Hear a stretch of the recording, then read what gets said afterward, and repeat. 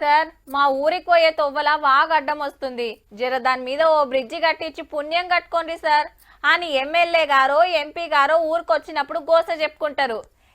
అదెంత పని అని ఆఫీసర్లను పిలిచి ఎమ్మటే ఆ పని ఏదో చూడుండ్రి అని ఆర్డర్ వేస్తారు.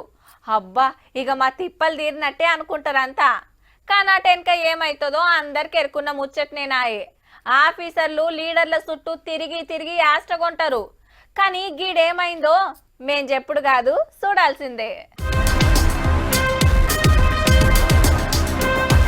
ఓ కొడుకో బస్సు ఏదో లోయలకు దిగి ఎక్కుతున్నట్టే ఉన్నది. అటు ఇంకో స్కూల్ బస్సు హర్రర్రే ఎట్లెట్లనో పోతుంది. ఈ లారీ కూడా ఉయ్యాలు కూడా బైకులు జంపింగ్ చేసుడే. నడిపేటోళ్ళకి సుక్కలాగు పడుతుండొచ్చు పో. గింత సక్కదనాల రోడ్డు ఏడున్నదంటే ఆంధ్రాలో కాకినాడ జిల్లా ఏలేశ్వరంలా 10 కిలోమీటర్ల పొడుగుతా ఇదే పరిస్థితి. ఏండ్ల కమానం గివే తిప్పలు. జర రోడ్డు బాగు చేయండ్రని వీడియో తీసి సీఎం చంద్రన్న చిన్న సీఎం పవన్ కళ్యాణ్ సార్ కు లంక పెడితే ఎమ్మటే పనులకు ఆర్డర్ వేసిండు పవర్ స్టారు. ఆఫీసుల పోంట నెలల కమానం తిరిగినా కాని పని ఒక్క పోస్ట్ తోట అయ్యిందన్నట్టు.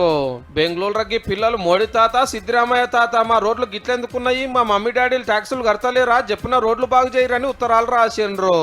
ఆఫీసుల చుట్టూ తిరుగుడు కంటే చెప్పవలసిన వాళ్ళకే సీదా చెప్తే పనులు చెప్పునైతే అని ఆపొచ్చనన్నట్టు.